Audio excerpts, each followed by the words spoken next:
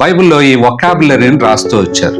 దేవుని సంబంధులు, అపవాది సంబంధులు, పరలోక సంబంధులు, భూలోక సంబంధులు, వెలుగు సంబంధులు, అంధకార సంబంధులు లేక చీకటి సంబంధులు, శరీర సంబంధులు, ఆత్మ సంబంధులు. ఇట్లా మనం రెండు వర్గాలుగా పిలుచుకునే కొన్ని మాటలు రాయబడతా వచ్చినాయి. మనం ఏ సంబంధులము మనం గుర్తించాలి. లోకంలో ఉన్నటువంటి మనుషులందరూ కూడా అపవాది సంబంధులని వాక్యం చెప్తుంది. అయితే దేవుడు తన మహాకృపను చూపి తన సువార్త ప్రకాశం మన మీద ప్రకాశింపజేసి మన కన్నులు వెలిగించి అతని చెరలో నుండి మనం విడిపించబట్టానికే ప్రభు శరణాన్ని కోరే విధంగా మనలో ఆ జ్ఞానాన్ని నింపాడు ఆత్మదేవుడు. అప్పుడు ఎవరైతే ప్రభువుని ఆశ్రయించారో వారందరూ కూడా వాని కట్ల నుండి విడిపించబడి ఇప్పుడు వేరే సంబంధులుగా మార్చబడ్డారు. అందుకోసమే లోకములో నుండి నేను వీరిని ఏర్పాటు చేసుకున్నాను. ఒకప్పుడు వీళ్ళు లోక సంబంధులు, కానీ వీరు నీవు నాకు అప్పగించావు అని చెప్తూ, నేను లోక సంబంధిని కాదు, నేను పరలోక సంబంధిని, కాబట్టి వీరు కూడా పరలోక సంబంధులని ప్రభువు చెప్తున్నాడు. కాబట్టి ఇప్పుడు మనం ఎలా మార్చబడ్డాం? పరలోక సంబంధులుగా మార్చబడ్డాం. ఇంకా ఎవరైనా ఇలాగ పరలోక సంబంధులుగా మార్చబడకపోతే, మీరు ఇంకా అపవాది సంబంధులుగానే జీవిస్తే ఎంతకాలం ఈ లోకంలో మనం జీవిస్తామో మనకి తెలియదు. నువ్వు దేవుని బిడ్డగా, దైవ సంబంధివిగా, పరలోక సంబంధివిగా నువ్వు మార్చబడి జీవిస్తావు. ఈ భాగ్యం నీకు కావాలంటే దీనికోసం నువ్వు ప్రయాసపడక్కర్లే, నీ ప్రభువే ప్రయాసపడ్డాడు. నువ్వు చేయవలసిందల్లా విశ్వాసం ఉంచటం, ఆయన హృదయంలో చేర్చుకోవడం. మనం ఎలా ఉండాలని దేవునికి ఆశ? ఆత్మ సంబంధులుగా. పరిశుద్ధ గ్రంథంలో యోహాను సువార్త 17వ అధ్యాయం 14వ వచనం చదువుదాం. వారికి నీ వాక్యం ఇచ్చి ఉన్నాను, నేను లోక సంబంధిని కానట్టు వారును లోక సంబంధులు కారు గనుక లోకము వారిని ద్వేషించును. నీవు లోకములో నుండి వారిని తీసుకుని పొమ్మని నేను ప్రార్థించుటలేదు గాని దుష్టుల నుండి వారిని కాపాడమని ప్రార్థించున్నాను. నేను లోక సంబంధిని కానట్టు వారును లోక సంబంధులు కారు. ఇక్కడ పదే పదే మనకి వచ్చిన మాట ఏంటి చెప్పండి? లోక సంబంధిని కాను కదా. మేము యోహాను సువార్త 12వ అధ్యాయాన్ని ధ్యానిస్తున్నప్పుడు అందులో ఒక మాట వచ్చింది. ఆ మాటను ఆధారం చేసుకుని కొంచెం ధ్యానించినప్పుడు నాకు ఒక విషయం చెప్పాలని మీకు అనిపించింది. 12:36 మీరు వెలుగు సంబంధులగునట్లు మీకు వెలుగుండగానే వెలుగునందు విశ్వాసం ఉంచుడని వారితో చెప్పాను. ఇక్కడ ఏం రాయబడింది? వెలుగు సంబంధులు. బైబిల్లో ఈ వొకాబులరీని రాస్తూ వచ్చారు. వాటిని కొన్నిటిని చెప్తాను. ఇవి రెండుగా విభజించవచ్చు మనకి. ఒకటేంటంటే దేవుని సంబంధులు, రెండవది అపవాది సంబంధులు, ఇంకొకటి పరలోక సంబంధులు, భూలోక సంబంధులు, ఇంకొకటి వెలుగు సంబంధులు, అంధకార సంబంధులు లేక చీకటి సంబంధులు, శరీర సంబంధులు, ఆత్మ సంబంధులు. ఇట్లా మనం రెండు వర్గాలుగా పిలుచుకునే కొన్ని మాటలు రాయబడతా వచ్చినాయి. మనం ఏ సంబంధులము మనం గుర్తించాలి. లోకంలో ఉన్నటువంటి మనుషులందరూ కూడా అపవాది సంబంధులని వాక్యం చెప్తుంది. గుర్తించండి. మనం అందరం ఎవరి చెరలో ఉన్నాం? మనల్ని ఎవరు నడిపిస్తున్నారు? వాయుమండల సంబంధమైన అధిపతి మనల్ని తన స్వాధీనంలో ఉంచుకుని అంధకార సంబంధులుగా, అపవాది సంబంధులుగా, లోక సంబంధులుగా మనల్ని జీవింపజేస్తూ వచ్చాడు. అయితే దేవుడు తన మహాకృపను చూపి తన సువార్త ప్రకాశం మన మీద ప్రకాశింపజేసి మన కన్నులు వెలిగించి అతని చెరలో నుండి మనం విడిపించబట్టానికే ప్రభు శరణాన్ని కోరే విధంగా మనలో ఆ జ్ఞానాన్ని నింపాడు ఆత్మదేవుడు. అప్పుడు ఎవరైతే ప్రభువుని ఆశ్రయించారో వారందరూ కూడా వాని కట్ల నుండి విడిపించబడి ఇప్పుడు వేరే సంబంధులుగా మార్చబడ్డారు. అందుకోసమే లోకములో నుండి నేను వీరిని ఏర్పాటు చేసుకున్నాను. ఒకప్పుడు వీళ్ళు లోక సంబంధులు, కానీ వీరు నీవు నాకు అప్పగించావు అని చెప్తూ, నేను లోక సంబంధిని కాదు, నేను పరలోక సంబంధిని, కాబట్టి వీరు కూడా పరలోక సంబంధులని ప్రభువు చెప్తున్నాడు. కాబట్టి ఇప్పుడు మనం ఎలా మార్చబడ్డాం? పరలోక సంబంధులుగా మార్చబడ్డాం. ఇంకా ఎవరైనా ఇలాగ పరలోక సంబంధులుగా మార్చబడకపోతే, మీరు ఇంకా అపవాది సంబంధులుగానే జీవిస్తే ఎంతకాలం ఈ లోకంలో మనం జీవిస్తామో మనకి తెలియదు. గుర్తుపెట్టుకోండి. ఇంకా చాలా టైం ఉందిలే, నాకు చాలా ఇంకా వయసు తక్కువేలే, ఇంకా చాలా కాలం బ్రతుకుతానులే, తర్వాత చూసుకుందాంలే అని వాయిదా వేయొద్దు. దేవుని వాక్యం ఏం చెప్తుందంటే రక్షణ ఉచితంగా అనుగ్రహించబడుతుందని దాన్ని నిర్లక్ష్యం చేస్తే ఉగ్రత దినమందు మనం ఎలా తప్పించుకుంటాం అని వాక్యం చెప్తుంది. ఒకసారి చదువుదానండి. హెబ్రీలకు రాయబడిన పత్రిక 2వ అధ్యాయం 3వ వచనం చదువుతారు ఒకసారి. ఎంత గొప్ప రక్షణను మనము నిర్లక్ష్యం చేసిన ఎలాగూ తప్పించుకుందాము. ఒకవేళ లోకంలో చెదిరిపోయి జీవిస్తున్న మనుషులు ఒకవేళ ఈ లక్ష్యం చేయకపోతే వాళ్ళు ఒక రీతిగా చెప్పొచ్చు, అయ్యా మాకెవరూ చెప్పలేదు అని. నువ్వు నేను దేవుని సంఘానికి వస్తూ దేవుని మందిరంలో ఉంటూ కూడా లోక సంబంధిగానే లేక అపవాది సంబంధిగానే జీవిస్తే, అంధకార సంబంధిగానే జీవిస్తే మనం ఎంత దౌర్భాగ్యులం. పరిశుద్ధ గ్రంథంలో సామెతల గ్రంథంలో ఒక మాట ఇలా రాయబడతా వచ్చింది. ఒకసారి చూడండి. 5వ అధ్యాయం 11వ వచనం 12వ వచనం చదువుతారు ఒకసారి ఎవరైనా.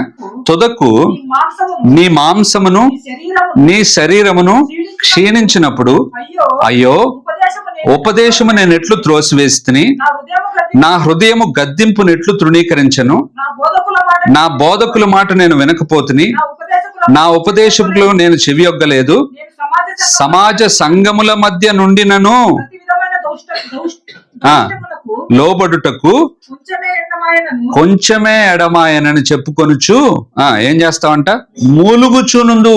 ఈ వాక్యం ఎవరి గురించి చెప్తున్నాడు తెలుసా?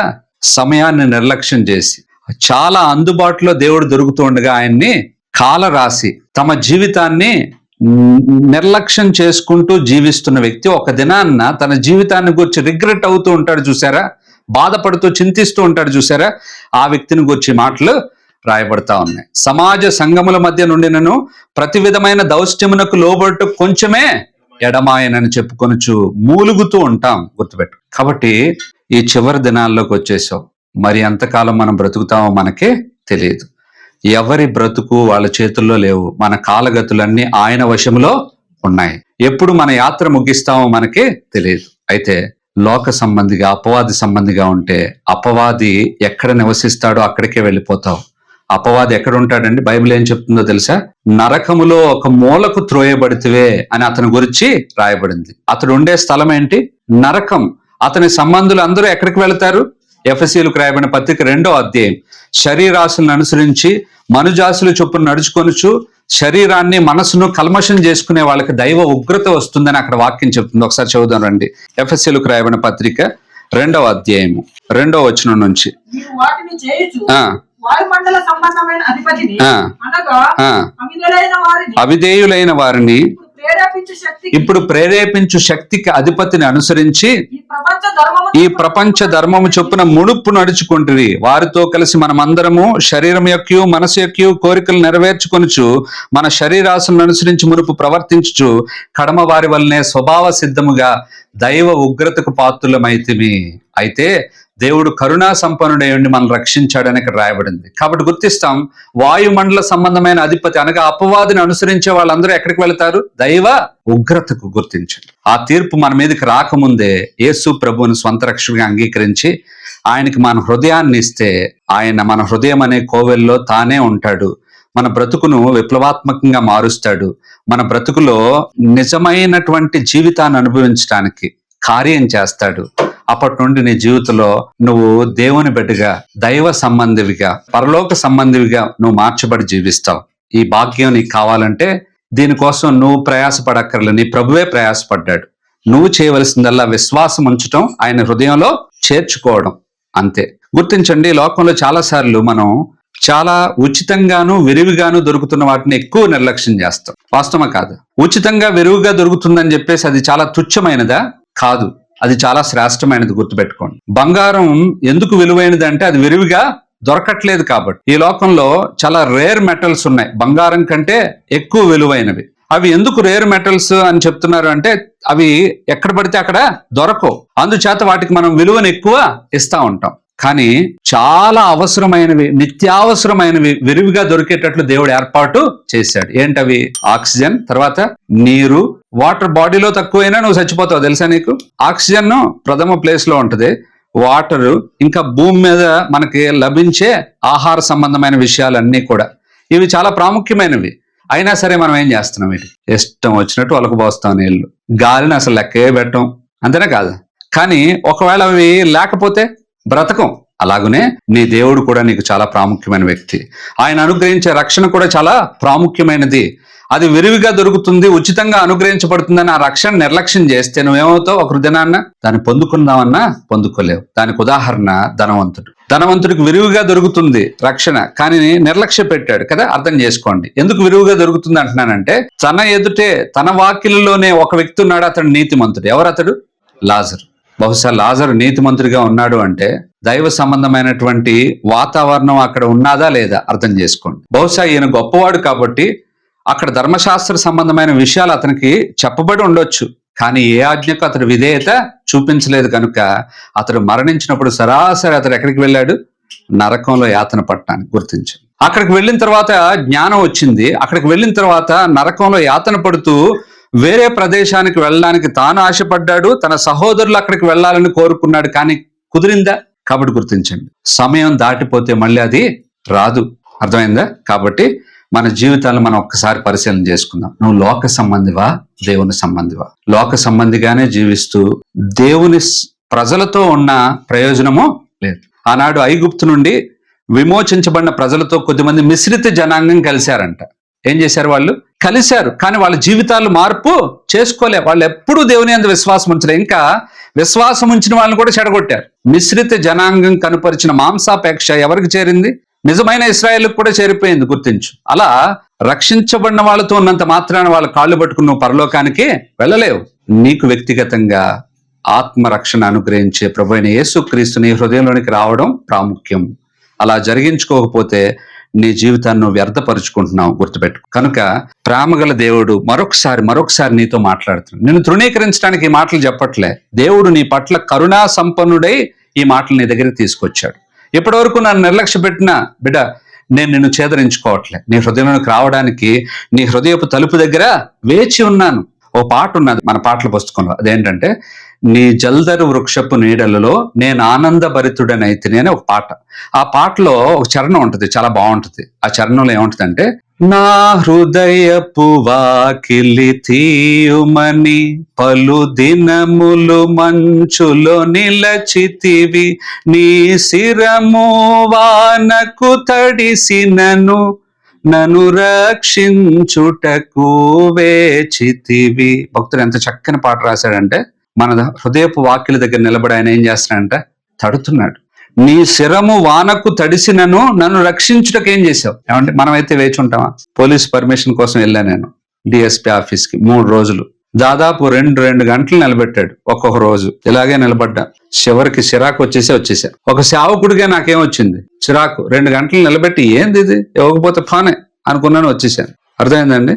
అంటే మొత్తాన్ని తృణీకరించి వచ్చావంటే కొంచెం అడిగాను, ఇక అవదని అనిపించిన తర్వాత వచ్చాను అనుకోండి, నాది వేరే విషయం. కానీ ఒకసారి ఆలోచించండి, మనకేమో చిరాకు ఒక చోట వెయిట్ చేయాలంటే, కానీ మన ప్రభువుకి ఎన్నిసార్లు నీకు నాకు వినిపింపజేసి ఓపికతో నువ్వు ఛేదరించుకున్నా ఆయన ఏం చేస్తున్నాడు కదా. అర్థం చేసుకో. ఒకసారి నీ ప్రభువుని ఒకసారి ఆలోచించు. నీకోసం ఎన్ని సంవత్సరాలు వేచి ఉన్నాడు. అర్థం చేసుకో. ఆయన ఓపికను అర్థం చేసుకో. ఆయన కరుణను అర్థం చేసుకో. ఆయన ఎంత కార్యం చేస్తున్నాడు అర్థం చేసుకో. ఓపిక కార్యం. ఇంగ్లీష్లో ఓ పాట ఉన్నది, మేము యవనస్తులుగా ఉన్నప్పుడు దాన్ని చక్కగా పాడేవాళ్ళం. దేవుడు సృష్టిని అంతా చేయడానికి 6 రోజులే పట్టిందంట. మనిషిని తన రూపంలోనికి మార్చుకోవడం మాత్రం 60 సంవత్సరాలు ప్రయత్నించినా అవ్వట్లేదంట. ఎవరికి అర్థమైంది మీకు? ఒక చక్కని పాట ఉన్నది, ఆ పాట చాలా చక్కగా ఉంటుంది ఇంగ్లీష్. దేవుడు నక్షత్రాలను, స్టార్స్ ని, మూన్ ని, వీళ్ళన్నిటినీ చేయడానికి ఓన్లీ 6 days, బట్ నన్ను మార్చడానికి మాత్రం ఆయనకి కొన్ని సంవత్సరాలుగా ప్రయత్నం చేస్తున్నా, నేను మార్పు చెందట్లేదు. అయినా ఓపికగా ఏం చేస్తున్నాడు? ఆయన వేచి చూస్తున్నాడు. He still working on me అనే పాట ఉంటుంది. He still working on me, he makes me what I ought to be. మీరు గమనించండి, దేవుడు ఎంత ఓపిక గలవాడు. మన జీవితంలో మనం నేర్చుకుంటాం. గుర్తించు, నీ కోసమే ఆ ఓపిక. నువ్వు నశించిపోవడం ఆయనకి ఇష్టమో లేదు. ఇంకా దేవుడు తన రాకను 2000 సంవత్సరాలకు ముందే ప్రకటించి ఇంకా ఆపుతున్నాడంటే కారణం ఏంటో తెలుసా? ఆయన దీర్ఘశాంతం. ఒక్కడైనా నశించిపోవడం ఆయనకి ఇష్టమో లేదు. పేతురు రాసిన పత్రికలు రాయబడతాం. కాబట్టే ఇంకా తన యొక్క దీర్ఘశాంతాన్ని పట్ల చూపిస్తూ కరుణ చూపిస్తున్నాడు. దయచేసి లోక సంబంధిగా ఉండొద్దు, దైవ సంబంధిగా మార్చబడాలి. దానికోసం మనం ఏం చేయాలి? ప్రభువుకు మన హృదయాన్ని తెరిచి ఆయనకి ఇవ్వాలి. ప్రభువా, నా హృదయంలోనికి రా, నన్ను రక్షించడానికి నువ్వు ఇష్టపడుతున్నావు, నేను నమ్ముతున్నాను, నీ రక్తంతో నా పాప హృదయాన్ని కడుగాను, ఒప్పుకో, గొప్ప రక్షణ అనుగ్రహిస్తాను. ఇప్పుడు లోక సంబంధి, అపవాది సంబంధి, దేవుని సంబంధిగా మార్పు చెందిన తర్వాత దేవుని బిడ్డలుగా చేరి వచ్చిన మనం కూడా రెండు రకాలైన ప్రజలుగా ఉంటాం. గుర్తించండి. ప్రకృతి సంబంధుల్లా ఉండొచ్చు, శరీర సంబంధుల్లాగా ఉండొచ్చు, లేక ఆత్మ సంబంధుల్లాగా, వెలుగు సంబంధుల్లాగా ఉండొచ్చు. నువ్వు ఆత్మ సంబంధిగా, వెలుగు సంబంధిగా, నువ్వు పరలోక సంబంధిగా, యేసుక్రీస్తు సంబంధిగా ఉండాలని దేవుడు నిన్ను కోరుకుంటున్నాడు. ఒకసారి చూద్దాం రండి పరిశుద్ధ లేఖనాల్లో వీళ్ళు ఎలా ఉంటారు, వీళ్ళ లక్షణాలు ఏంటి. గలతీ పత్రిక 5:24 క్రీస్తు యేసు సంబంధులు వారి ఇచ్చలను దురాశలను సిలువ వేసి ఉన్నారని రాయబడతా వచ్చింది. కాబట్టి క్రీస్తు యేసు సంబంధులుగా మనం మార్చబడాలి, దేవుని కోరిక. మొదటి కొరింథీయులకు రాయబడిన పత్రికలో మనం చదువుతాం. ఆయన పునరుద్ధానానికి గురించిన విషయాలను అక్కడ చెప్తూ అపోస్తలుడైన పౌలు ఈ మాట చెప్తున్నాడు. 15వ అధ్యాయము 48వ వచనం. అట్టివారే పరలోక సంబంధి ఎట్టివాడో పరలోక సంబంధులను అట్టివారే. దాని అర్థం ఏంటి? పరలోక సంబంధి అంటే ఎవరు? ప్రభువైన యేసుక్రీస్తు వారు. ఆయన ఎట్టివాడో మనం కూడా అట్టివారిగా మార్పు చెందాలి. పరలోక సంబంధులు అని చెప్పుకోవడం కాదు, ఏమవ్వాలా? ఆయన రూపంలోనికి మనం రావాలి అని దేవుని యొక్క ఉద్దేశం. గుర్తించండి. పరలోక సంబంధిగా నేను మార్పు చెందటానికి, నా ప్రభు పోలికను ధరించటానికి నేను ఇష్టపడుతూ రావాలి. గుర్తించండి. ఇంకో మాట కూడా చదువుకుందాం. మొదటి తెస్సలోనికీయులకు రాయబడిన పత్రిక 5వ అధ్యాయం 5వ వచనం. మీరందరూ వెలుగు సంబంధులను పగటి సంబంధులై ఉన్నారు, మనము రాత్రి వారము కాము, చీకటి వారము కాము. కాబట్టి మనం ఎవరు అంట? వెలుగు సంబంధులు. నిజమేనా? పరలోక సంబంధులమేనా? వెలుగు సంబంధులమేనా? దేవుని వాక్యం అయితే చెప్తుంది. అయితే వెలుగు సంబంధినా కాదా అనేది నా బ్రతుకులో నా ఆత్మ నాకు సాక్ష్యం ఇవ్వాలి. గుర్తించండి.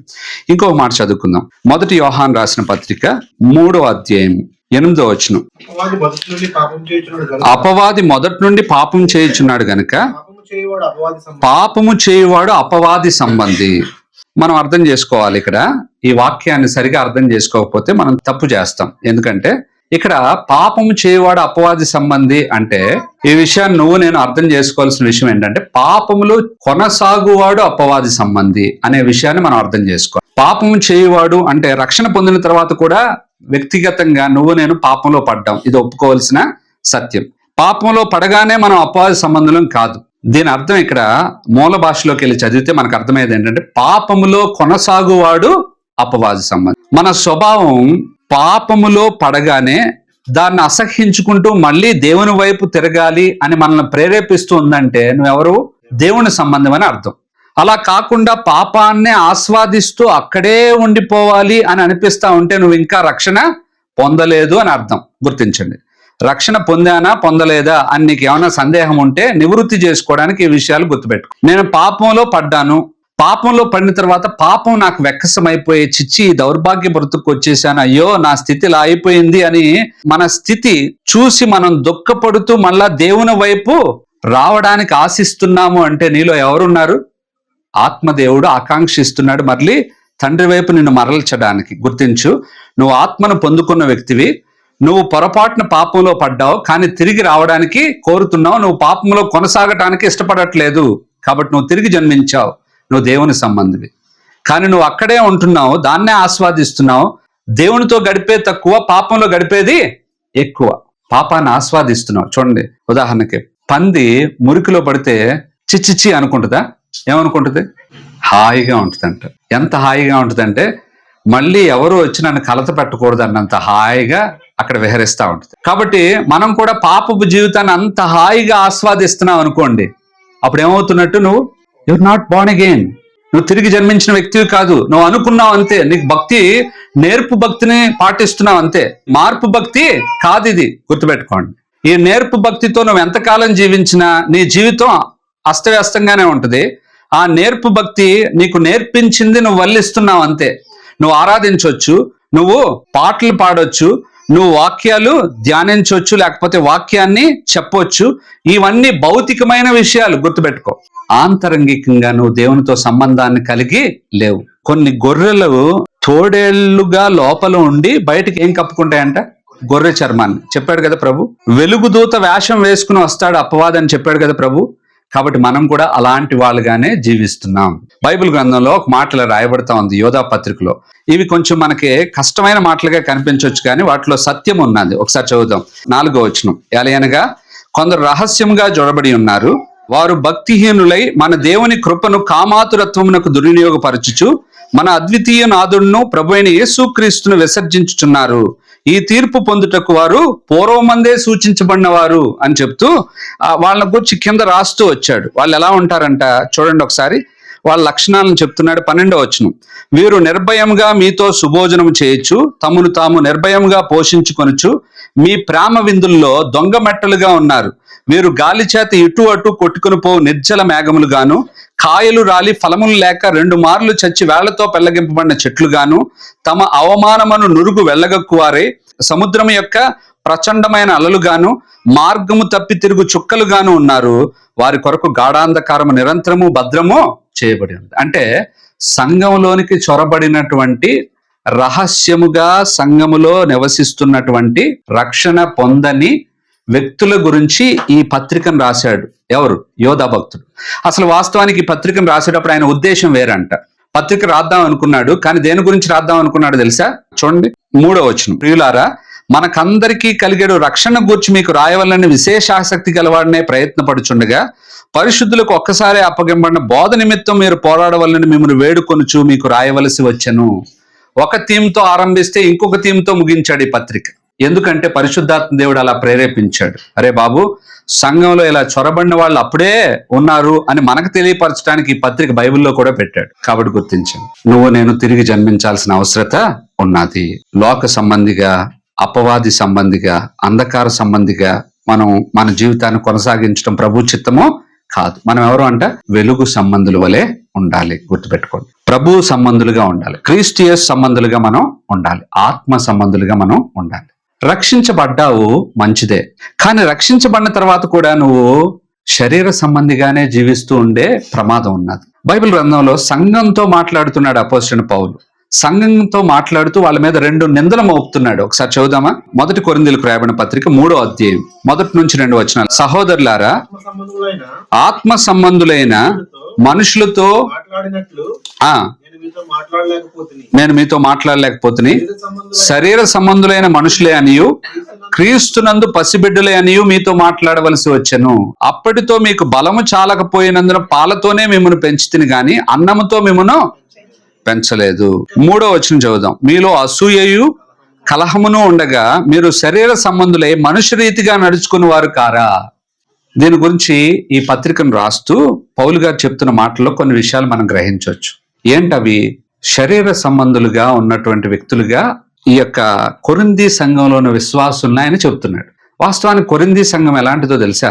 కొరింథీ సంఘాన్ని 1వ అధ్యాయంలో ఆయన పొగుడుతున్నాడు. 1వ అధ్యాయం 5-6 వచనాలు. క్రీస్తును గూర్చిన సాక్ష్యం మీలో స్థిరపడినందునను ఆయన యందు మీరు ప్రతి విషయములోను అనగా సమస్త ఉపదేశములోను సమస్త జ్ఞానములోను ఐశ్వర్యవంతులైతిరి కనుక ఏ కృపావరమునందునో లోపము లేక మీరు మన ప్రభువైన యేసుక్రీస్తు ప్రత్యక్షత కొరకు ఎదురు చూచుచున్నారు. ఈ మాటలు అర్థం చేసుకోండి, వాళ్ళకి ఎంత ధన్యకరమైన విషయాలు ఉన్నాయో. ఏమున్నాయి? సమస్త ఉపదేశములోను సమస్త జ్ఞానములోను. ఎవరంటే వాళ్ళు? అంటే వాళ్ళకి ఉపదేశం బోల్డ్ అంత ఉంది, అంటే బాగా వాక్య జ్ఞానం ఉన్నది. ఏ కృపావరమునందునో లోపము లేక. కృపావరాలు ఎన్ని ఎక్కడున్నాయి? ఇవి 12వ అధ్యాయంలో మనకు కనిపిస్తాయి, ఈ 1 కొరింథీ పత్రికలోనే. ఆ కృపావరాల్లో అన్ని ఉన్నాయంటే ఈ సంఘంలో. అంటే కృపావరాలు అందరికీ ఒకే రీతిగా ఎవడు దేవుడు ఒకడికి ఒకటి ఇస్తే ఒకటికి ఇంకోటి ఇస్తాడు. అంటే ఈ సంఘంలో అందరూ ఎక్విప్డ్ విత్ వరాలతో. స్వస్థపరిచే వాళ్ళు ఉన్నారు, మంచిగా వాక్యము చెప్పగలిగిన వాళ్ళు ఉన్నారు, ఉపకారం చేయగలిగిన వాళ్ళు ఉన్నారు, ఇంకా ఆయా రీతులుగా ఏవైతే కృపావరాలు చెప్పబడినాయి బైబిల్లో అవన్నీ చేయగలిగిన సామర్థ్యం ఉన్నది. కానీ వాళ్ళనే ప్రస్తావిస్తూ ఈ మాట అంటున్నాడు. ఏమని? మీరు శరీర సంబంధులు. అంటే ఏమర్థమవుతుంది మీకు? బైబిల్లో 10-20 సార్లు చదివేసి ఆ జ్ఞానం అంతా సంపాదించుకున్నా, కృపావరాలు దేవుడు ప్రేమించి నాకు ఇస్తే ఆ కృపావరాల చేత ప్రజ్వలించబడి వాడబడుతున్నా నేను శరీర సంబంధిగానే ఉండటానికి అవకాశము ఉన్నది, ప్రాబబిలిటీ ఉన్నది. గుర్తించండి. అందుకోసమే వరము ఒక వ్యక్తిని ఆత్మ సంబంధిగా మార్చదు. మరి వరాలు కలిగి ఉండొద్దా? కలిగి ఉండాలి. అపోస్తలుడైన పౌలు ఏమంటున్నాడంటే, విశేషంగా మీరు ప్రవచన వరమును అపేక్షించండి, ఇష్టపడండి, దాన్ని పొందుకోవడానికి దేవుణ్ణి అడగండి అని కూడా అడుగుతున్నాడు. అంటున్నాడా లేదా?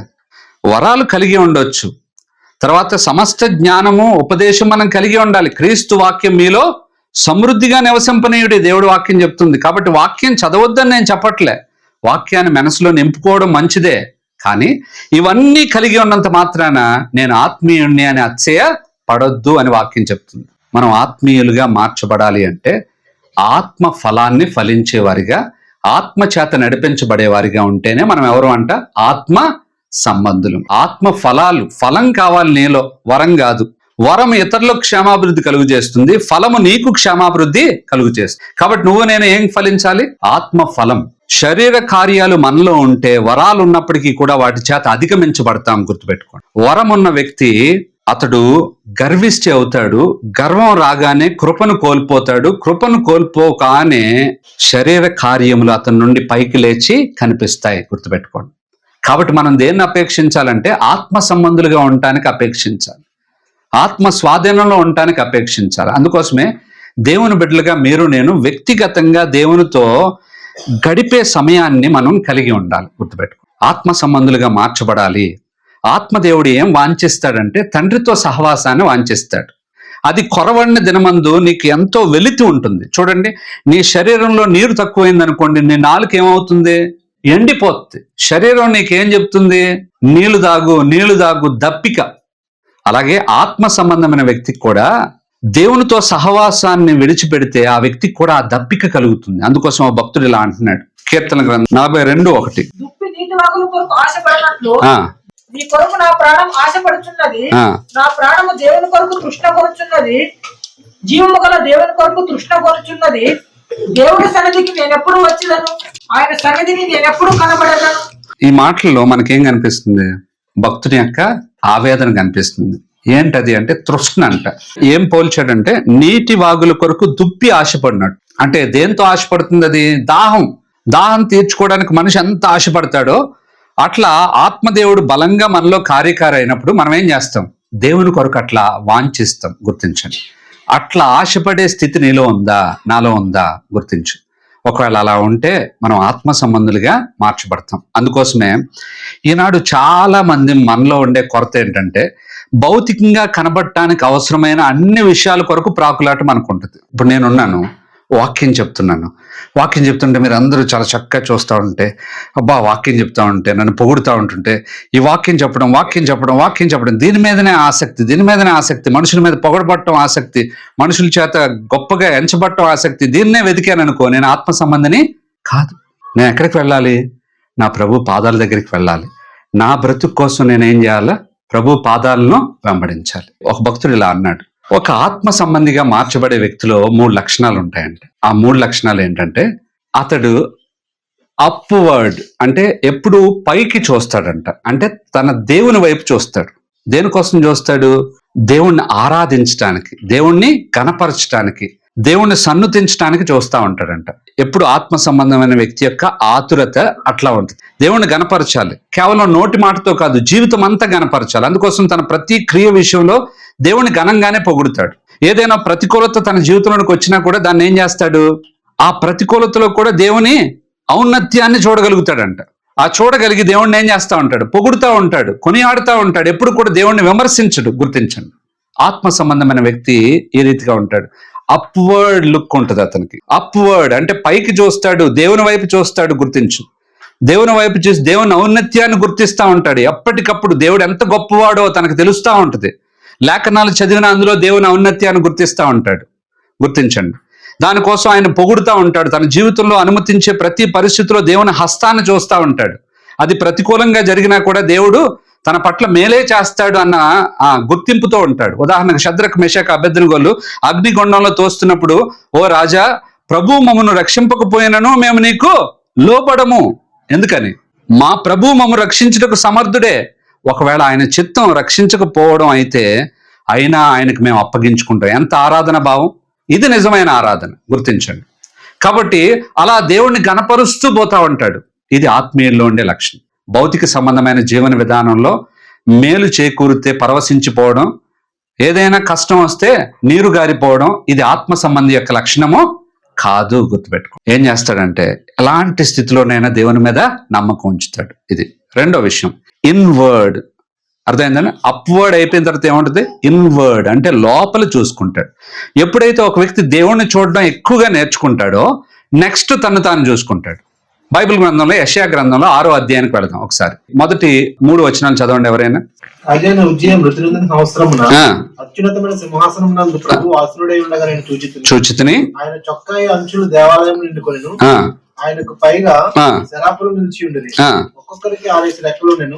ప్రతివాడు 2 రెక్కలు తన ముఖమును, 2తో తన కాళ్ళను కప్పుకొని 2తో ఎగురుచుండెను. వారు సైన్యములకు అధిపతి యెహోవా పరిశుద్ధుడు పరిశుద్ధుడు పరిశుద్ధుడు, సర్వలోకము ఆయన మహిమతో నిండి ఉన్నదని గొప్ప స్వరముతో గాన ప్రతిగానం చేయుచుండిరి. ప్రభు ప్రభావ దర్శనాన్ని చూశాడు యెషయా భక్తుడు. చూడగానే నెక్స్ట్ మాట ఏమంటున్నాడు? అయ్యో నేను అపవిత్రమైన పెదవులు గలవాడును, అపవిత్రమైన పెదవులు గల జనుల మధ్య నివసించు. చూడండి, ఇక్కడ దేవుణ్ణి చూడగానే వెంటనే ఎక్కడ చూసుకున్నాడు? తను తాను చూసుకున్నాడు. ఇన్వర్డ్, గుర్తించండి. ఎప్పుడైతే అప్వర్డ్ చూస్తావో నెక్స్ట్ ఏం చూస్తావు నువ్వు? ఇన్వర్డ్. గుర్తించు. ఇతర మనుషుల్ని చూడడు, దేవుని వైపు చూసేవాడు ఎక్కడ చూస్తాడు? లోపల చూసుకుంటాడు. మోషే చేసిన తప్పు వల్ల మోషే కనాను దేశంలో ప్రవేశించలేకపోయాడు కదా. మోషే ఏం తప్పు చేశాడు? దేవుడు బండతో మాట్లాడమంటే బండను కొట్టేశాడు. బండతో మాట్లాడుంటే అతడు ద్రోహులారా అనే ఆ సమాజాన్ని అనేవాడు కాదు. ఎందుకంటే బండ వైపు చూడగానే ఈ వ్యక్తి తన బ్రతుకు ఇతనికి కనిపించుండేది. ఎందుకంటే ఆయనే ఒక కీర్తన రాశాడు, 90వ కీర్తన. ఆ కీర్తనలో ఏమంటాడంటే, నీ ముఖ కాంతిలో మా రహస్య పాపములు కనబడుచున్నవి అంటాడు. ఎప్పుడైతే ప్రభు వైపు చూస్తావో వెంటనే నిన్ను నీవు చూసుకుంటావు. ఎందుకంటే ఆయన ముఖం ఒక అద్దము లాంటిది, దానిలో నీ అంతరంగం కనిపిస్తుంది. గుర్తించు. కాబట్టి మనం ఏం నేర్చుకుంటాం? ఆత్మ సంబంధులుగా మారడానికి ప్రయత్నం చేస్తాం. ఆత్మ సంబంధులుగా మారాలంటే మనం ఎవరి వైపు చూడాలి? ప్రతి విషయంలో దేని కొరకు? కంప్లైంట్లు ఇవ్వడానికి కాదు, ఆయన స్తుతించడానికి. ప్రతి విషయంలో ఆయన అనుకూల హస్తాన్ని మనం చూడగలగాలి. ఎంతో మంది భక్తులు వాళ్ళకున్నటువంటి కష్ట స్థితిలో కూడా ప్రభువుని ఏం చేస్తా వచ్చారు? ఆరాధిస్తూ వచ్చారు. ఎందుకంటే వాళ్ళు దేవుని రుచించారు. ఆరాధన అనేది భౌతిక సంబంధమైన జీవితం మీద ఆధారపడదు, అది ఆత్మ సంబంధమైనది. గుర్తుపెట్టుకో. భౌతిక సంబంధంగా కుళ్ళి కృషించిపోతున్న మనిషి కూడా ప్రభువుని ఏం చేయగలిగాడు? ఆరాధించగలిగాడు. ఎవరు? యోబు. చిల్ల పెంకులతో గీక్కోవలసిన పరిస్థితిలో కూడా, సమస్తం కోల్పోయిన స్థితిలో కూడా ఆయన ఏమంటున్నాడు? ప్రభు ఇచ్చెను, ప్రభు తీసుకొనెను, ప్రభు నామునకు స్తుతి కలుగును గాక కదా. కాబట్టి ఆరాధన భౌతిక సంబంధమైన ఈవుల మీద ఆధారపడితే అది శరీరక ఉద్రేకమే. గుర్తుపెట్టుకో. అది ఎట్లా ఉండాలా? ఆత్మ సంబంధంగా. ఆత్మ సంబంధం అయితే నువ్వు పైకి చూస్తావు. ఆ పైకి చూసిన వెంటనే నువ్వు లోపల చూసుకుంటావు. నీవేంటో నువ్వు గుర్తిస్తావు. నీ స్థితిని గురించి పశ్చాత్తాపడుతూ ఉంటావు. ఇది రక్షణతో ఆరంభమైన పశ్చాత్తాపం దినదినము ముందు కొనసాగుతూనే ఉంటుంది. పశ్చాత్తాపం ఒక రోజు చేసేసి మానిపోయేది కాదు. ప్రతి దినం మన జీవితంలో పశ్చాత్తాప కార్యం జరగాలి. ముఖ్యంగా ప్రతి రాత్రి పడక వెళ్లే ముందు, ప్రభువా నీకు అయోగ్యంగా నేనేం చేశాను, నాకు జ్ఞాపకం చేయి. ఒక వ్యక్తి యొక్క ఆత్మీయ జీవితం రివైవల్ గా ఉండాలంటే ఇవి మన జీవితంలో ఉండాలి. అంతేగాని కామన్ గా ఏదో ఆదివారం బైబిల్ పట్టుకుని గుడికి వచ్చేయడం, 4 పాటలు పాడటం, కానుకలు సమర్పించడం, వెళ్ళిపోవడం, మళ్ళీ మామూలుగా మన జీవితాన్ని జీవించుకోవడం, ఇది కాదు. ఇది మనకు ఆసక్తిదాయకంగా మారదు ఆత్మీయ జీవితం. ప్రతిరోజు నీ ప్రభువు నిన్ను వెంబడిస్తున్నాడు. వెంబడించు బండ ఆయన వెంబడిస్తుంటే ఆయనకి ఆమోదయోగ్యంగా నేను బ్రతుకుతున్నానా, ఏదైతే ఆయనకు వ్యతిరేకంగా నేను చేశాను దాని గురించి సరి చేసుకుంటాను అని వాంఛించే వ్యక్తిత్వం నీలోనికి వచ్చినప్పుడు నువ్వు ఎవరివి? ఆత్మ సంబంధివి. గుర్తుపెట్టుకో. కాబట్టి నువ్వు ఇన్వర్డ్ చూసుకుంటావు, లోపల చూసుకుంటావు, మార్పు చెందుతూ వస్తావు. మనం ఆత్మ సంబంధులుగా మారాలని దేవుడు అపేక్షిస్తున్నాడు. ఈ మందిరాలు, ఈ సంఘాలు, సంఘంలోనికి వచ్చి ఆదివారాలు గడపడాలు, బైబిల్ స్టడీలు, ఇవన్నీ దేనికోసం చెప్పండి? అన్న వాక్యం బాగా చెప్పాడు అని నాకు బిరుదులు ఇవ్వడానిక, నాకు సిగ్నేచర్లు పెట్టడానిక, లేకపోతే ఆ వాక్యం మనకు అప్లై చేసుకుని మన బతుకును దిద్దుకోవడానికి? బల్లను మనం పెట్టి బల్ల ముందు మనం మాట్లాడే ప్రతి మాట కూడా దేనికోసం? బల్ల దగ్గర మనం దిద్దుబాటుకు గురవడం కోసం. హెచ్చరికల వర్తమానం అంటారు. దీనివల్ల ఏమవుతుంది? మనిషికి హెచ్చరించి మనల్ని సరి చేయడానికి దేవుడు ఇష్టపడుతున్న తన బల్లను సమీపించే ముందు దాన్ని సరి చేసుకోవడానికి మనం ఏం చేయాలా? మన హృదయాన్ని తెరవాలి. గుర్తుపెట్టుకోండి. కాబట్టి ఇన్వర్డ్ చూసుకుంటున్నావా? లోపలికి ఒకసారి చూసుకుంటున్నావా? ప్రభు ముఖ కాంతిలో నీ రహస్య పాపాలను చూసుకుంటున్నావా? ఈ అనుభవం నీకుందా? లేకపోతే ఈ రోజైనా దాన్ని నేర్చుకో. 3వది, అప్వర్డ్ అయిపోయింది, ఇన్వర్డ్ అయిపోయింది. ఇప్పుడు అవుట్వర్డ్. ఇన్వర్డ్ సరిగా ఉన్న వ్యక్తి బయటికి అందించేది కూడా చాలా మంచిగా ఉంటుంది. ఇతరులకు తన ద్వారా మేలే జరుగుతుంది. ఇతరులకు ఆశీర్వాదకరమైన పాత్రగా ఉంటాడు. నాలో అంతా మంచిగా ఉంటే నా నుండి ఏం వెదజల్లుతుంది? నేను సువాసన కలిగి ఉంటే సువాసననే వ్యాపింపజేస్తాను, అంతేనా కాదా? దుర్వాసన కలిగి ఉంటే దుర్వాసననే వ్యాపింపజేస్తాను. కాబట్టి నువ్వు నేను ముందు లోపల మనలో మారాలి. ఒకసారి ఆఫ్రికా దేశానికి ఒక ఇద్దరు మిషనరీలు వెళ్ళారు. వాళ్ళు అనుకున్నారు, అయ్యా మనం 1 సంవత్సరం తర్వాత మళ్ళీ కమ్యూనికేట్ చేసుకుందాం మన పరిచర్యలు ఎట్లా ఉన్నాయో. 1 సంవత్సరం తర్వాత వాళ్ళిద్దరూ కూడా లెటర్లు రాసుకున్నారు. ఒక ఆయన రాశాడు, నేను ఆరంభించాను పరిచర్య, ఇక్కడ చాలా చక్కగా జరుగుతుంది, చాలా బాగున్నది, అంతా జనాలు బాగానే యాడ్ అవుతున్నారు, అది ఇది అని మంచిగా రాశాడు, చాలా సంతోషంగా. ఇంకొక ఆయన, నేను వచ్చాను ఇక్కడ పరిచర్య ప్రారంభించాను, ఒక్క ఆత్మ కూడా రక్షణ పొందట్లేదు, ఇలా ఉంది అలా ఉంది అని రాశాడంట. ఇద్దరు ఎక్స్చేంజ్ అయినాయి లెటర్స్. అప్పుడు ఆయన స్థితిని చూసి బాధపడ్డాడు, అయ్యో ఇట్లా ఉందా నీ పరిస్థితి అని. మళ్ళీ లెటర్లు రాసుకున్నారంట. ఏమని రాసుకున్నారంటే, ఈయన ఇట్లా రాశాడు, ఏమని, నీ యొక్క ఫలభరితమైన పరిచర్య కారణం ఏంటో దయచేసి నాకు కూడా చెప్పు, నేను దాన్ని ఫాలో అవుతానని. ఈయన ఏం రాశాడంటే, ఎందుకు నువ్వు అలా కృంగిపోతున్నావు అని కొన్ని ఆదరణకరమైన మాటలు రాసి, నువ్వు పరిచర్య ఎలా చేస్తున్నావో నాకు చెప్పు, నీకేమైనా అవసరం అయితే కొన్ని సజెషన్స్ నేను ఇస్తానని ఈయన రాశాడు. మళ్ళీ 3వసారి ఎక్స్చేంజ్ అయిన లెటర్స్. ఏమనంటే, నేను పరిచర్య ఇలా చేస్తున్నాను అలా చేస్తున్నాను ఆయన చెప్పాడు, ఈయన కొన్ని దానికి తగ్గట్టుగా కొన్ని విషయాలు రాశాడు, తాను ఎలా పరిచర్య చేస్తున్నాడు. ఈయన ఫలభరితంగా ఉన్న పరిచర్య చేసే వ్యక్తి ఏం చేస్తున్నాడంట, వెళ్ళిన మొదటి దినమే ప్రభువుకు ప్రార్థన చేయడం ఆరంభించినప్పుడు తన ప్రార్థన అంశం ఏంటంటే, ప్రభువా మొదట నన్ను మార్చు, ఈ ప్రజలను మార్చడానికి నేను ఇక్కడికి వచ్చాను, వీళ్ళు కాదు నేను మార్చాల్సింది, మొదట నువ్వు నన్ను మారిస్తే నా బ్రతుకు వాళ్ళకి కనిపిస్తుంది ప్రభువా, వాళ్ళు ఆటోమేటిక్గా మారుతారు, కాబట్టి మొదట నాలో కార్యం చేయి అని చెప్పి తాను ప్రార్థన చేయడం ప్రారంభించాడంట. రెండో వ్యక్తి ఏం చేస్తున్నాడు, ప్రభువా వాళ్ళను మార్చు, వాళ్ళు ఇలా ఉన్నారు వాళ్ళు అలా ఉన్నారని వాళ్ళ మీద కంప్లైంట్ ఇవ్వడం ప్రారంభించాడంట. ఇప్పుడు ప్రాబ్లం ఏంటి అర్థమైంది మీకు? మన కుటుంబాల్లో కూడా మనం ఇదే కోరుకోవాలి. ఏం కోరుకోవాలి? మనం చాలాసార్లు ఏం కోరుకుంటాం తెలుసా? అన్ని వాళ్ళ మీద వేసేస్తాం నిందలు. ఎవరి మీద? ఆపోజిట్ పర్సన్ మీద. ఇదిగో నువ్వు అది లేనందుకే కూర ఎట్లా అయింది, నువ్వు అది ఇచ్చుంటే కూర ఎట్లా అయ్యేది కాదు, అక్కలు అంటారు. ఎందుకు వచ్చింది ఈ స్వభావం? ఎందుకు వచ్చింది చెప్పండి? ఆదాము నుండే శరీర కార్యం అది, దాన్నే మనం ఏం చేస్తున్నాం? ఆత్మీయుడు అట్లా ఉండడు. ఆత్మీయుడు ఏం చేస్తాడు? తన బ్రతుకును తాను చూసుకుంటాడు. గుర్తించండి, నేను అర్థమైందండి? కాబట్టి చాలాసార్లు మనం ఇతరుల్లో కార్యం జరగడానికి కోరుకుంటాం, కానీ మొదట ఏం చేయాలి? మనల్ని ప్రజలు గుర్తిస్తూ ఉంటారు, మనల్ని ప్రజలు చూస్తూ ఉంటారు. ఎంతో మంది ప్రజలను లోకమంతా సంపాదించేయాలి అని మనం యోచించే ముందు మొదట నాలో కార్యం చేయ ప్రభు. నేను ఆశీర్వాదకరమైన పాత్రగా ఉండాలంటే మొదట నాలో కార్యం చేయి. ఆటోమేటిక్గా నా బ్రతుకు ఇతరులకు ఆశీర్వాదకరంగా మార్చబడుతుంది. గుర్తుపెట్టుకో. కాబట్టి అప్వర్డ్, ఇన్వర్డ్, అవుట్వర్డ్. ప్రభు వైపు చూడు, తర్వాత నిన్ను నీవు చూసుకో, తర్వాత మనుషులకు అద్భుతమైన ఆశీర్వాదకరమైన పాత్రగా ఉంటావు. నాలో ఏదైనా మంచి ఉంది అని మీరు చూడగలిగితే అది నా ప్రభువు నుండి వచ్చేదే తప్ప నాలో ఉన్నది కాదు. అలాగే మీరు కూడా మీ బ్రతుకుల్లో ఏదైనా మంచి ఉందంటే అది మీలో పుట్టింది కాదు, మనలో నుండి ఏ మంచి పుట్టదు. ఎందుకని? మనం ఎవరు? భూ సంబంధులం. భూమి మీద మంచి లేదు, పర సంబంధమైన వాడే మంచివాడు, ఆయన నుండి వచ్చేదే మంచి. కాబట్టి ఆయనతో ఎంత కనెక్ట్ అవుతావో అంత దిగుతుంది నీ లోపలికి. మోషే కొండ మీద నుండి రాగానే ఆయన ముఖాన్ని కప్పుకోవాల్సి వచ్చింది. కారణం ఏంటి? కొండ మీద ఉన్నప్పుడు ఎవరితో ఉన్నాడు? దేవునితో.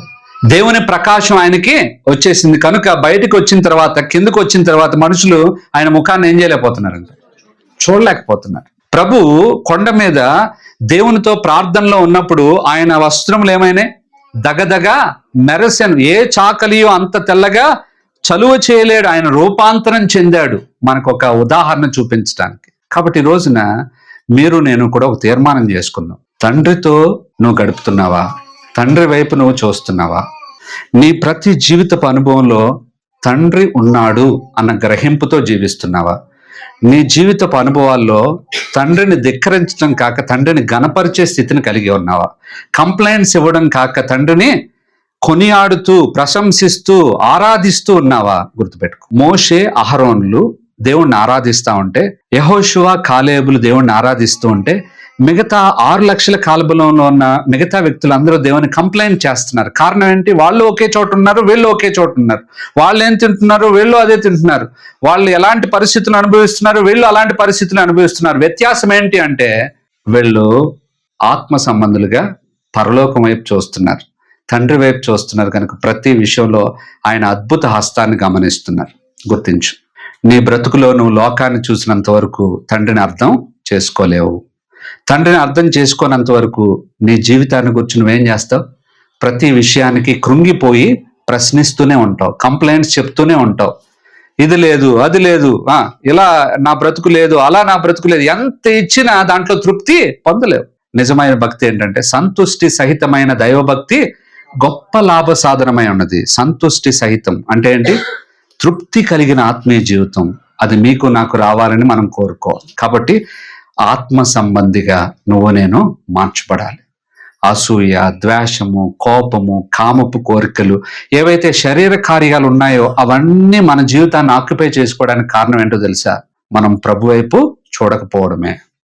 ప్రభు వైపు చాలినంత చూసే వ్యక్తిని ఇవి జయించడానికి కావలసిన కృపను దేవుడు ఇస్తాడు. క్రీస్తు యేసు సంబంధులు శరీరాన్ని దాని ఇచ్చలతో ఏం చేస్తారంట? సిలువ వేస్తారు. వాళ్ళు ఏదో గొప్ప సూపర్ న్యాచురల్ పవర్ వాళ్ళకి ఇన్బిల్ట్ గా లేదు.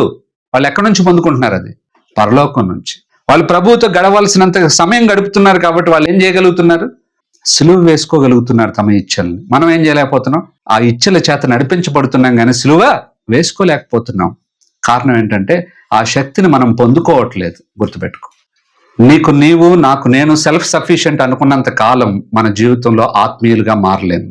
చాలా మంది వ్యక్తులు తాము ఈ భౌతిక సంబంధమైన చర్చ యాక్టివిటీస్ లోనో లేకపోతే ఇతరత్ర యాక్టివిటీస్ లోనో ఎక్కువ అయ్యే కొలది వాళ్ళు ఏమనుకుంటారంటే మేము చాలా స్పిరిచువల్ అనుకుంటారు. Don't think that you are spiritual. గుర్తుపెట్టుకో, ఎన్నటికీ కూడా నువ్వు ఏ యాక్టివిటీ అయినా చెయ్యి, నువ్వు స్పిరిచువల్ అని అనుకోవడానికి వీలు లేదు. గుర్తుపెట్టుకో, అలా అనుకున్న తక్షణమే నువ్వేమవుతున్నావు తెలుసా? పడిపోతావు అంతే. ఎందుకంటే నేను సంథింగ్ అనుకుంటే యు ఆర్ నథింగ్. వాక్యం చెప్తుంది. గలతీయులకు రాయబడిన పత్రిక 6వ అధ్యాయం 3వ వచనం ఒకసారి చదవండి. ఎవడైనను వట్టివాడై ఉండి తాను ఎన్నికైన వాడిని ఎంచుకునేలా అది యువర్ డిసీవింగ్ యువర్ సెల్ఫ్స్ కదా. ఇంగ్లీష్ లో ఏమనుంది ఆ మాట? If anyone thinks they are something when they are nothing. వాళ్ళు ఏమీ కాకుండానే దే డిసీవ్ దెమ్సెల్వ్స్. సంథింగ్ అనుకుంటున్నారు వాళ్ళు. అందుకోసం వాళ్ళు ఏమవుతున్నారు? నథింగ్. నువ్వు ఎన్నైనా చేయి, వెంటనే దేవుడు అవ్వాల్సిందే. అయితేనే దేవుని కృప మనకు తోడుగా ఉంటుంది. ఎందుకంటే ప్రభు చెప్పాడు తన అపోస్తలుడైన పౌలు ద్వారా, ఆయన ఎంతో గొప్ప ఆత్మీయ కార్యాలు చేసే గొప్ప అపోస్తలుడైనా చివరికి తాను ఏం చేస్తున్నాడు? తగ్గించుకుంటూ వస్తున్నాడు. కారణం ఏంటంటే ఆత్మీయుల్లో ఈ లక్షణం కనిపిస్తుంది. ఆయన 13వ అధ్యాయం రాస్తూ ఏమంటున్నాడు? నేను నా శరీరం కాల్చబట్టుకు అప్పగించినను. కొన్ని మాటలు అక్కడ చాలా కఠినమైన మాటలు మాట్లాడుతున్నాడు. అవి భక్తి జీవితంలో పరాకాష్ఠకు చెందిన మాటలు. పీక్ వర్సెస్ 1 కొరింథియన్స్ చాప్టర్ 13 13వ అధ్యాయం 1వ వచనం. మనుషుల భాషలతోనూ దేవదూతల భాషలతోనూ నేను మాట్లాడను, ప్రేమ లేని వాడినైతే ప్రవచించు కృపావరం కలిగి మర్మములన్నీ జ్ఞానమంతా ఎరిగిన వాడినైనను, కొండలను తెగిలింపగల పరిపూర్ణ విశ్వాసం గలవాడినైనను, ప్రేమ లేని వాడినైతే నేను వ్యర్థుడను. పేదల పోషణ కొరకు నా ఆస్తి అంతా ఇచ్చినను, కాల్చబడుటకు నా శరీరం అప్పగించినను, ప్రేమ లేని వాడినైతే నాకు ప్రయోజనం ఏమీ లేదు. చాలు. ఈ మాటలన్నీ మనకి ఏం నేర్పిస్తున్నాయి? మొదటి భాగాన్ని మీరు తీసుకోండి. ఇందులో ఏంటంటే ఇలా చేసినను అని చెప్పే విషయాలు సాధారణమైన విషయాలా? ఒకసారి ఆలోచించండి, చూడండి. మనుషుల భాషలతో దేవదూతల భాషలతో మాట్లాడడం అంటే ఆ రోజుల్లో చాలా గొప్ప కార్యం. అది టంగ్స్ లో మాట్లాడడం. గుర్తుపెట్టుకోండి. ఆ టంగ్స్ విషయంలో సాధారణంగా చాలా రకాల ఇంటర్ప్రిటేషన్ ఉన్నది. టంగ్స్ కరెక్ట్ కాదని కొద్దిమంది, టంగ్స్ కరెక్టే అని కొద్దిమంది, ఇట్లా మనం రకరకాల చెప్తాము. బట్ ఏంటి అంటే దేన్ని మనం విస్మరించకూడదు. వాక్యంలో రాయబడిన విషయాలు గుర్తుపెట్టుకోండి. టంగ్స్ ఉన్నాయి. టంగ్స్ అంటే ఏంటంటే భాషలు. ఆ భాషలు మనుషుల భాషలు ఉన్నాయి, ఏమున్నాయి? దేవదూతల భాషలు, దేవుని భాష, గుర్తుపెట్టుకోండి. కాబట్టి టంగ్స్ లో ఎవరైనా మాట్లాడితే మీరు పొరపాటున వాళ్ళని ఏం చేయొద్దు, విమర్శించొద్దు. ఎందుకు విమర్శించొద్దో తెలుసా? నేను ఒకప్పుడు అలా చేసినోడ్నే. కానీ కొంచెం లోతుగా వాక్యం చదివితే నాకు అర్థమైంది ఏంటంటే విమర్శించకూడదు. ఎందుకని అంటే దేవుడు అన్నాడు, అంధకారమందలి రహస్యములను వెలుగులోనికి తెచ్చి హృదయంలోని తలంపులను తీర్పు తీర్చినప్పుడు ప్రతివానికి మెప్పు పరలోకం నుండి కలుగుద్ది, అప్పటి వరకు నువ్వు దేని గురించి తీర్పు తీర్చొద్దు అని చెప్పి. దేవదూత భాషలు మాట్లాడేది మనుషులకు అర్థం కాదంట. మనం 14వ అధ్యాయానికి వెళితే అది అర్థం అవుతుంది. 2వ వచనం, ఎందుకనగా భాషతో మాట్లాడువాడు మనుషులతో కాదు దేవునితో మాట్లాడుచున్నాడు, మనుషుడు ఎవడు గ్రహింపడు కానీ వాడు ఆత్మ వలన మర్మములను పలుకుచున్నాడు. దీని అర్థం ఏంటి? మనుషుడు ఎవడు గ్రహింపడు అంటే ఏ భాష అయినా ఒక వ్యక్తి గ్రహిస్తాడుగా. ఇప్పుడు నేపాలీ భాష మాట్లాడితే మనం గ్రహించకపోవచ్చు, నేపాలీ వాడు గ్రహిస్తాడుగా, అంతేనా? కాబట్టి మనుషుడు ఎవడూ గ్రహింపడు అంటే దాని అర్థం ఏంటి? మనుషులు ఎవ్వరూ గ్రహింపని ఒక భాష ఉందనే కదా అర్థం. దాన్నే అంటున్నాడు. మనుషుల భాష, దేవదూతుల భాష, ఈ రెండు పోల్చాడు. అర్థం చేసుకోండి. అందుకోసం రెండు ఉన్నాయి. ఒకవేళ వాళ్ళు దేవదూతుల భాషలో మాట్లాడుతున్నారు, మనకేం తెలుసు, అంతేనా? కాబట్టి ఎవరిని ఏం చేయొద్దు, నేను చేసిన తప్పు మీరు చేయొద్దని చెప్తున్నా. నీకు రాదు కాబట్టి నోరు మూసుకు కూర్చో. అవి తెచ్చుకోవడానికి కూడా ప్రయత్నం చేయొద్దు. దేవుడు ఇస్తే ఆటోమేటిక్గా వస్తాయి. తెచ్చుకోవడానికి మీరు కూడా బాగా షబారికి అంద రష్యా అన్నారనుకో, నాలుగు కట్ చేస్తాడు దేవుడు, గుర్తుపెట్టుకోండి. ఒకవేళ దేవుడు ఇస్తే వాళ్ళు మాట్లాడుతున్నారేమో మనకు తెలియదు. అందుకోసం మనం ఏం చేయొద్దు, వాళ్ళని విమర్శించొద్దు. Don't blame them. ఎందుకంటే పరిశుద్ధాత్మ దేవుడిని విమర్శించినట్టు అయిపోద్దేమో. ఎందుకంటే ఆయనే ఇస్తాడు కదా భాషల వరాన్ని. కాబట్టి మనం అది చేయొద్దు. కాకపోతే మనకు రానిది మనం చేయొద్దు. అది దేవుడు వాళ్ళకి ఇచ్చాడు కాబట్టి వాళ్ళు చేస్తున్నారు, అంతే కదా. స్వస్థపరిచే వరం నాకు లేదండి, నేను వెళ్ళేసి ప్రతి వాడి మీద అని అన్నాను, ఆడేమో పడట్లేదని తన్నేను అనుకో, ఏమవుద్ది? తర్వాత నా కాళ్ళు ఇరుగుతాయి, వాళ్ళు నన్ను తంతారు, అంతేనా కాదు? కాబట్టి మనకు లేనిది మనం ప్రయత్నం చేయకూడదు. ఎందుకు ఈ మాట చెప్తున్నా అంటే 13వ అధ్యాయంలో రాయబడిన మాటలన్నీ కూడా చాలా ఉన్నతమైన ఆత్మీయ విషయాలుగా మనకు పేర్కొనబడతాయి. కానీ ఆత్మీయ విషయాలు కాదు, భక్తి సంబంధమైన విషయాలు. అవి కలిగి ఉన్నంత మాత్రాన ఆ వ్యక్తిని ఆత్మీయుడని అనకూడదు అని చెప్పడానికి ఈ వాక్యాలు రాయించాడు. దేవదూతుల భాషలు మనుషుల భాషలతో మాట్లాడిను, ప్రవచించు కృపావరం కలిగి మర్మములనియు జ్ఞానమంతియు ఎరిగి ఉన్నను, ఆస్తి అంతయు బేదల పోషణ కొరకు ఇచ్చివేసినను, కాల్చబొట్టుకు నా శరీరమును అప్పగించిన, ఇవన్నీ చేసినా నేను వ్యర్థుణ్ణే. ఎందుకని? ప్రేమ లేకపోతే. ప్రేమ ఎవరండి బైబిల్ ప్రకారం చెప్పాలంటే? దేవుడే. ఆయనతో సరైన సహవాసం లేకుండా, ఆయనతో చక్కగా లేకుండా ఇవన్నీ కూడా ఏం చేయొచ్చు? భక్తి కార్యక్రమాల్లో చేసేయచ్చేమో. దేవుడు వరంగా ఇచ్చేస్తే, అవి వరం ఇచ్చేసిన తర్వాత దాని గురించి ఏం చేయడంటే, ప్రభు పశ్చాత్తాపడ్డు, నువ్వు ఆయనకు విరోధంగా నడిచిన ఆ వరం నీతోనే ఉంటుంది, దాంతో నువ్వు ఎన్నైనా చేసేయచ్చు. అందుకోసమే మత్తయి సువార్త 7వ అధ్యాయంలో కొంతమంది ప్రభు దగ్గరికి వస్తారంట ఒక దినాన్ని. వచ్చి నీ నామను ప్రవచింపలేదా, నీ నామను దెయ్యములు వెళ్ళగొట్టలేదా, నీ నామను అద్భుతములు చేయలేదా, వరాలుగా చేసేసారు. కానీ ప్రభు ఏమంటున్నాడు వాళ్ళని చూసి? నేను మిమ్మను ఎరుగను, అక్రమం చేయవారు నా ఎదురండి తొలగిపోండి. కాబట్టి గుర్తిస్తాం ఏ స్థితిలో మనం ఉన్నాం. లోక సంబంధులుగా, లేక కృపచేత రక్షించబడే శరీర సంబంధులుగా, ప్రకృతి సంబంధులుగా మనం జీవిస్తూ ఉంటే. అంధకార సంబంధులు అంటే అర్థం ఏంటంటే అంధకార క్రియలు తమ జీవితాల్లోనికి ఆహ్వానిస్తారు. గుర్తించండి, తేజో సంబంధమైన యుద్ధోపకరణాలు వాళ్ళకి ఉండవు. గుర్తించండి, తేజ సంబంధులుగా జీవించరు. మరలా లోకంలో కలిసిపోయి అంధకార సంబంధ జీవితాన్ని జీవిస్తూ ఉంటే కనుక మనం అంధకార సంబంధులమే. గుర్తుపెట్టు.